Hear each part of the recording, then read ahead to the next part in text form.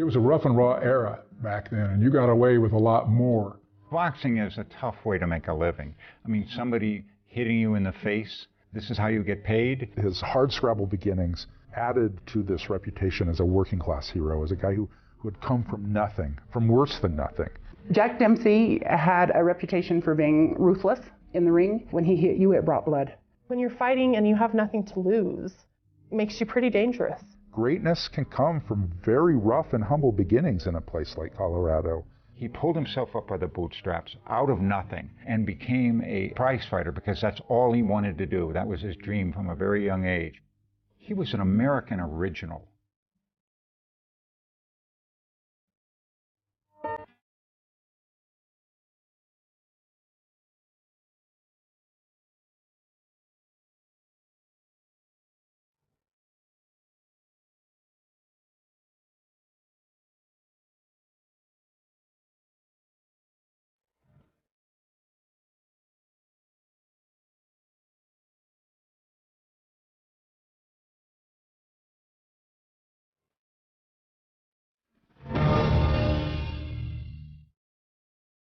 Colorado Experience is made in partnership with History Colorado, inspiring generations to find wonder and meaning in our past and to engage in creating a better Colorado. HistoryColorado.org. with funding provided by the University of Denver, celebrating 150 years, the Denver Public Library, the Colorado Office of Film, Television, and Media, with additional funding and support from these fine organizations and viewers like you. Thank you.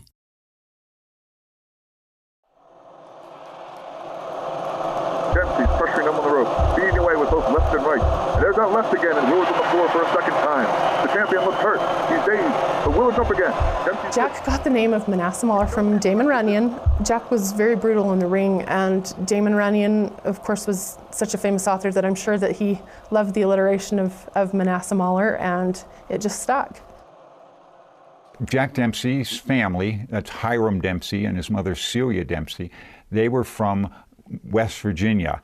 And during a period of the late 1800s, a lot of Mormons, and they were a Mormon family, were moving from the south of the United States out west. Better opportunities, closer to Utah, where the Mormon population was very strong. They ended up in Manassa after Hiram had met a Mormon missionary. He liked what he heard, and he and his wife joined the faith, and they moved west with Mormon settlers.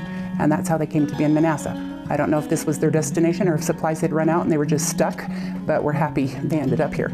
Jack's father was not the best Mormon. He smoked, he drank, he was known to use profanity. He was a little averse to work. He always had a big get-rich-quick scheme, but very few of them ever petered out. Jack's mother was salt of the earth. She was a very hard worker. She was dedicated to her family and was willing to do manual labor, hard physical labor, run bed and breakfasts, do everything that she could to see that the ends met for her family. They were very, very poor and many times had not enough food to eat. The church would see that maybe the cupboards were a little sparse and kids were without shoes or whatever, and so without anything being said, they would leave, and within the next day or so there would be groceries brought to the home and any need was met. That's how the Dempseys survived, as probably how several families in Manassa survived. Legend has it that Jack's mother took in a hobo, and she didn't have much, but she offered him what she had, which was a place by her fire and a hot meal. And in return for that, the hobo said, "You can take anything you want out of my pack." And she was pregnant with Jack at the time, and something made her choose a biography of John L. Sullivan. John L. Sullivan, the Boston strong boy, the bare-knuckle champion of America, a great hero for all Americans. She read it and told the midwife when Jack was born, "I want my son to be a heavyweight champion too," and which is an odd thing for a mother to say, to go and, "I want my son to be a boxer," but she so admired this John L. Sullivan that she hoped her son, William Harrison Dempsey, would be like that, a champion, and that of course is what he became. William Harrison was born June 24th, 1895 here in Manassa in this little house, and he was the 9th of 11. So the kids had sticks and rocks and each other, and they swam in canals and rivers and played baseball and boxed. Boxing is what there was to do, and I think kids did it to see who was stronger. Jack was this kid called Willie the Sissy. He was small, and small kids get picked on. The kids here in Manassa used to tease Jack because he had a sissy voice. It was high and squeaky, and nobody ever took him seriously because he talked like a girl, sounded like a girl. So that just gave him all the more reason to toughen up and show him that he wasn't a sissy by any stretch and that he could take him.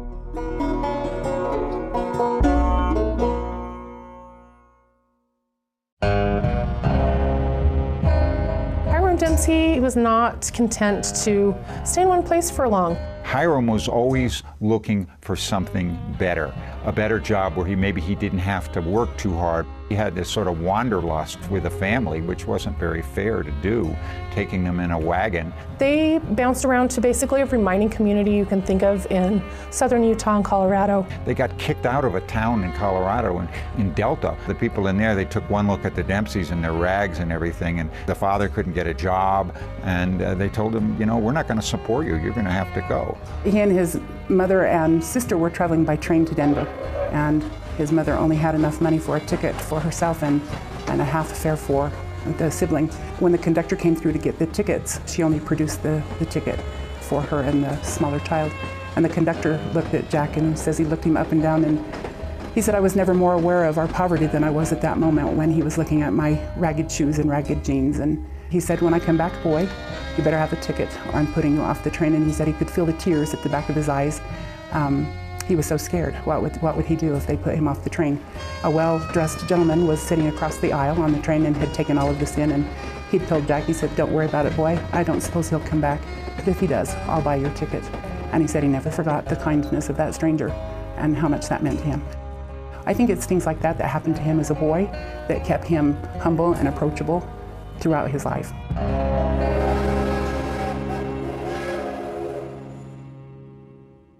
They headed north, ultimately to Montrose. That's where Jack really started to become a fighter.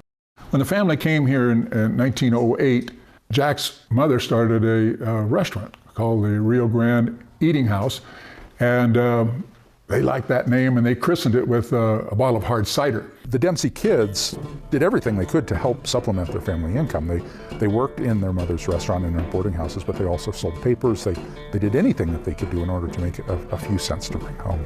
Jack Dempsey's older brothers have both been professional fighters of some local reputation, nothing big, but Dempsey adored his brothers, and they began teaching him the fundamentals. Bernie, or Bern, would periodically come to where the family was. He had moved on. He was trying to make it as a prize fighter. He'd give Jack lessons, taught him how to do various things, bob and weave, and get away from punches and that sort of thing, and made him strong, how to jump rope, and all those things. And Jack wanted it all. He had Dempsey soak his hands in beef brine to toughen them up and rub that beef brine on his face to make his face thicker and stronger. And he encouraged Jack Dempsey to chew on pine gum, which Dempsey claimed tasted worse than death. But he continued to do it to toughen up his jaw. And his brother Bern would also flash a broom handle around. He would waggle it back and forth and demand that Dempsey hit the end of the handle. Now the broom was moving lightning fast, but Dempsey in time learned that he could touch the end of it no matter where it went. So he learned quickness, he learned speed, he certainly learned endurance from his brother Bern. And he fought the neighbor boy, Fred Woods, and he was friends with the carriage worker, William Deal's son, Charlie. They were all good friends and everything like that. The carriage works, they had cleats nailed to the 2x4s in the wall and a hole up in the ceiling to go up into the upstairs. So they put a ring upstairs, and so Jack and Fred and Charlie Deal, they all would spar with various people in town. And Fred Woods, a block away at the livery stable, had a shed out back, and they put a 4-foot high ceiling in it. So you had to get down below like this to below 4 feet to practice. Think what that does to your legs and your back. It strengthens them. All of the guys that Jack sparred with, Fred Woods, Charlie Deal, Bernie, his brother, they all gave him tips. But you know, it was Jack that really had the desire to maybe make a profession out of it by this time. And so he worked harder than any of the others. But they all encouraged him as well. In 1909, Jack is about 14, the family decides to move to Provo, Utah. and they go there for 2 years. He graduates from the 8th grade there. At that time, it was a big deal because a lot of kids weren't going to school. So after 2 years in Provo, Jack came back to Montrose, where he'd had some success. Jack Dempsey was so ambitious. He knew as a teenager that he was going to become a professional boxer. And he went about promoting himself for his first professional fight, which took place in Montrose. And he had it with Fred Woods in the Moose Lodge upstairs above the Penny's building in 1912.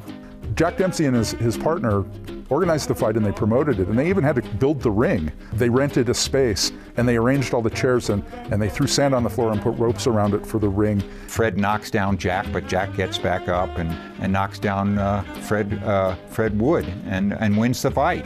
So he was in a fight, and boom, he won. And when the fight was over, they had to clean it all up again as well. Only a handful of curiosity seekers turned out. Certainly wouldn't be like the huge fights in Madison Square Garden that he would be having only a decade later.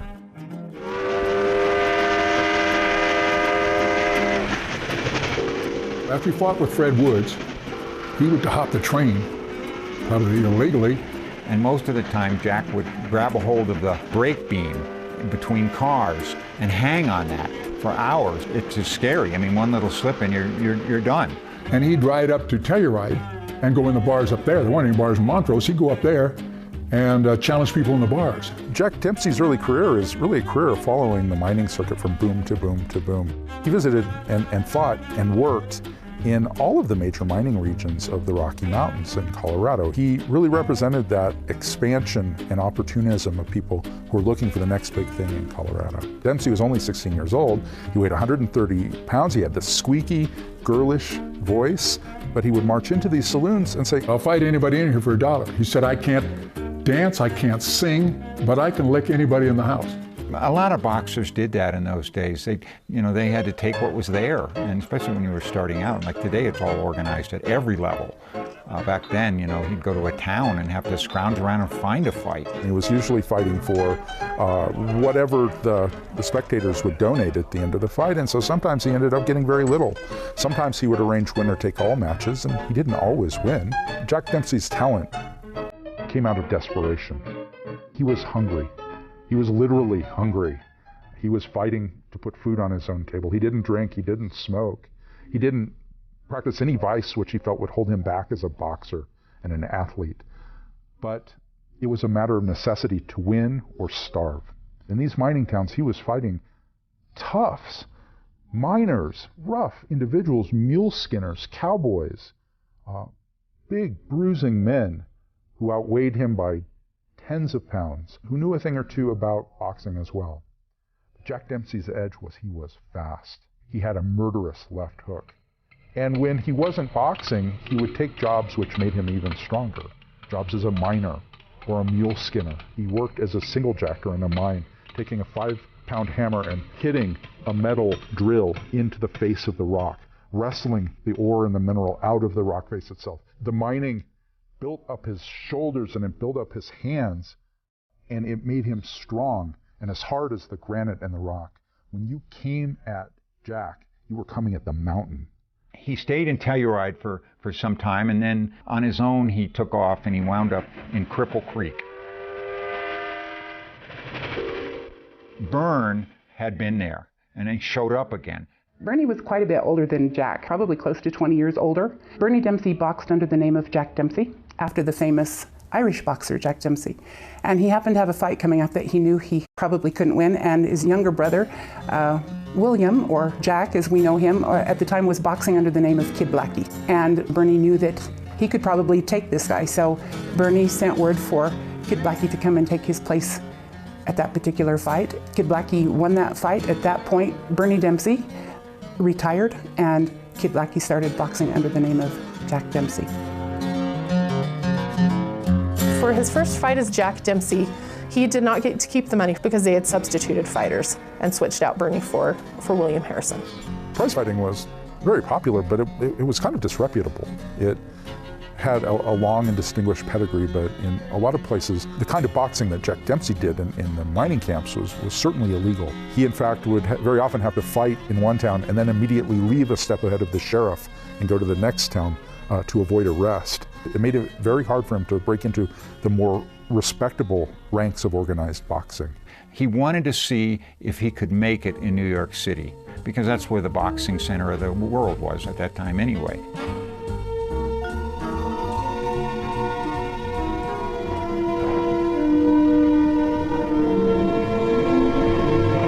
Jack went to New York in 1916 to try to establish himself, but quickly learned that that was probably harder than he thought. Jack's first trip to New York was an unqualified failure. He did not do well. He tried to establish himself, tried to get a name for himself, went around and introduced himself to newspaper writers, to sports writers, to the general public. He was sleeping on benches at the time. He didn't have enough money for hotels. He was basically doing everything he could to make a name for himself, and nobody was listening. He got a manager there, and the manager was not good. He put him in terrible fights with people much better than him, and he just had a bad time.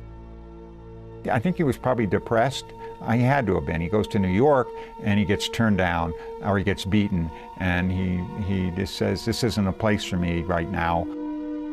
Jack came back from New York when his little brother Bruce was stabbed to death in sort of a freak accident. Jack came back to sort of regroup, decide if he was really going to make it as a boxer, sort of decide what he was going to do. And he landed in Salida, Colorado. And he gets a job in a bawdy house run by a woman named Laura Evans. And I think Jack had a thing for her, I really do. I think he really liked her. A fellow in town put together a prize fight for Jack Dempsey. And Jack Dempsey was going to box a fellow named Young Hector. Hector's doing mostly running away from Jack Dempsey in the ring because he knows Dempsey's a little more talented. He can see that. And Dempsey suddenly turns to Laura Evans, who is sitting ringside, and says, "When do you want me to knock this guy into your lap?" And Laura Evans yawns and said, kind of like, well, whenever you want. And so the next time he comes close to young Hector, Jack Dempsey knocks him out of the ring and right next to Laura Evans' seat at ringside. It was a nice fight for Jack Dempsey to win, but he also realized from that fight, look, I'm only fighting guys who can't really do anything. In other words, in the Rocky Mountains, there's just not a lot of competition for me. He realized that his talents were too big for Colorado and that he needed a larger stage. He needed more experienced opponents in order to build up that reputation. So he moved to California, and it was there the story of Jack Dempsey, the great heavyweight champion, really began. And in Los Angeles, he's training at a gym, and he meets a manager named Jack Kearns. And Jack Kearns starts training him and gets him better, and also gets him some good fights from there on in. Jack's Colorado years, I think, were the basis for his strength. He relied on the poverty, seeing his parents struggle, seeing his family members struggle, made him into the fighter that he was. He had a big well to draw on. When you're fighting and you have nothing to lose, it makes you pretty dangerous. Dempsey was the latest in a line of sensational boxing superstars. He'd been preceded by Jack Johnson, John L. Sullivan, fighters all the way back